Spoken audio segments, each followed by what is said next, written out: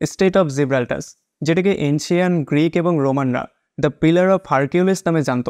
এটা এমন একটা ব্যস্ততম চ্যানেল যেটা দুইটা সমুদ্র, আটলান্টিক মহাসাগর এবং মেডিটেরিয়ান সিকে একসাথে কানেক্ট করে। আর এই ছোট্ট চিকন চ্যানেলটা পৃথিবীর দুইটা কন্টিনেন্টের মাঝখান দিয়ে চলে গেছে, যেটার মধ্যে দূরত্ব মাত্র 13 কিলোমিটার।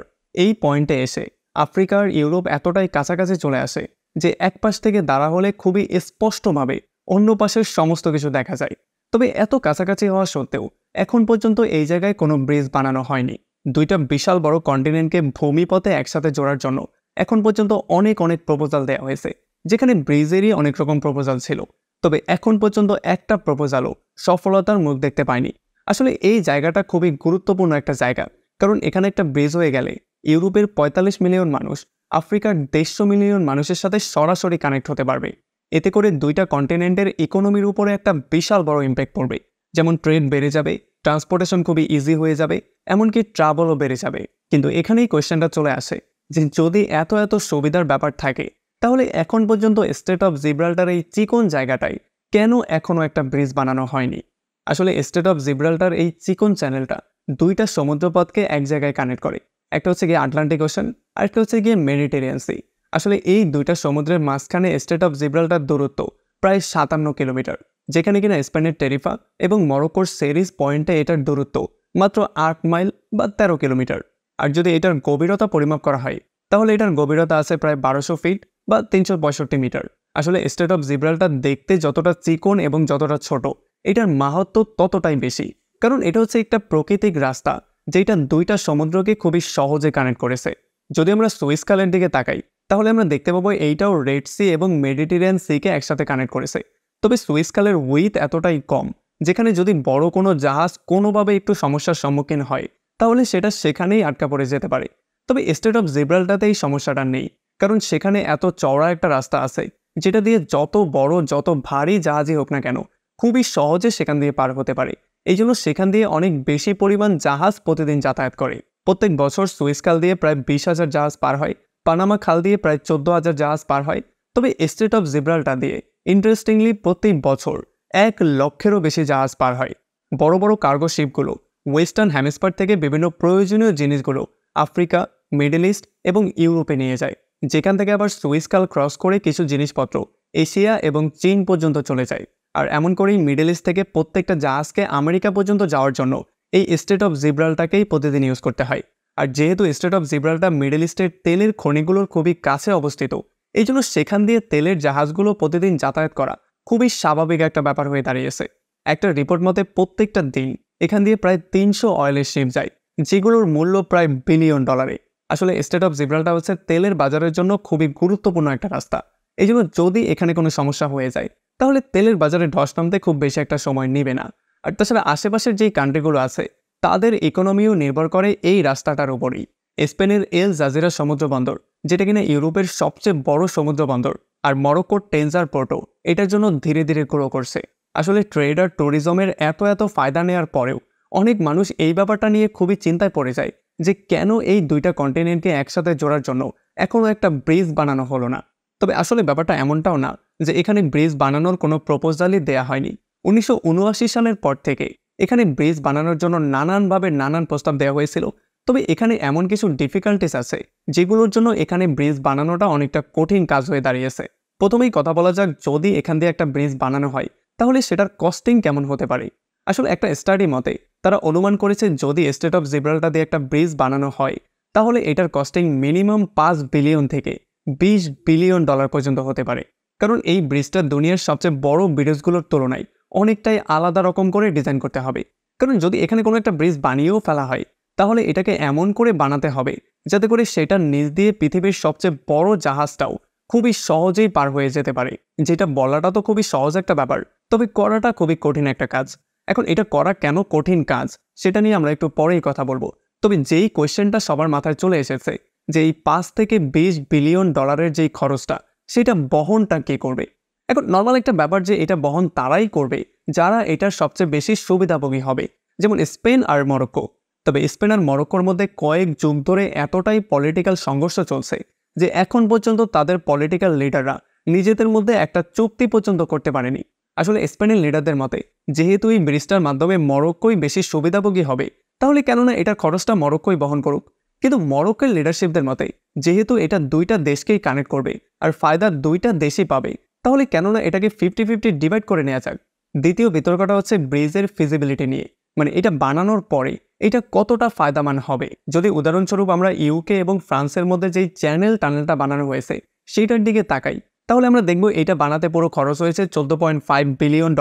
আর প্রত্যেক বছর এই চ্যানেলটা প্রায় 2 কোটি মানুষ ইউজ করে। আর প্রত্যেক প্যাসেঞ্জারকে ইউকে থেকে ফ্রান্সে যাওয়ার জন্য 121 পাউন্ড খরচ করতে হয় বা $150 খরচ করতে হয়। মানে প্রত্যেক বছর এই চ্যানেলটাই ইনকাম করছে $30 বিলিয়ন, মানে তার কস্টিং এর ডাবল। এখন ঠিক এমন করেই যদি স্টেট অফ জিব্রাল্টার উপরেও একটা ব্রিজ বানানো হয়, তাহলে এই ব্রিজ কি এতটা ইনকাম এনে দিতে পারবে যেটা এটার কস্টিং খুবই সহজেই তুলে আনতে পারবে?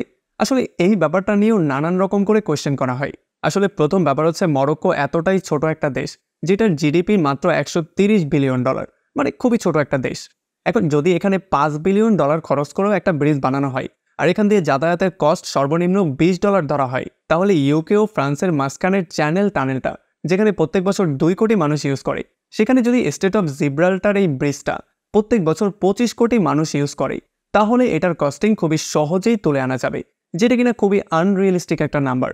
দ্বিতীয় যেই সমস্যাটা সেটা হচ্ছে ব্রিজের কনস্ট্রাকশন নিয়ে। আসলে এতক্ষণ ধরে যে ব্যাপারটা আপনি জানলেন যে স্টেট অফ জিব্রাল্টার এই চিকন রাস্তাটা শিপের জন্য একটা বিজিএস্ট রাস্তা, এই জন্য এখানে যদি একটা ব্রিজ বানিয়েও ফেলা হয়, তাহলে সেটাকে এমন করে ডিজাইন করে বানাতে হবে যাতে করে এই শিপের ট্রাফিককে এই ব্রিজটা কোনোভাবেই ডিস্টার্ব না করে।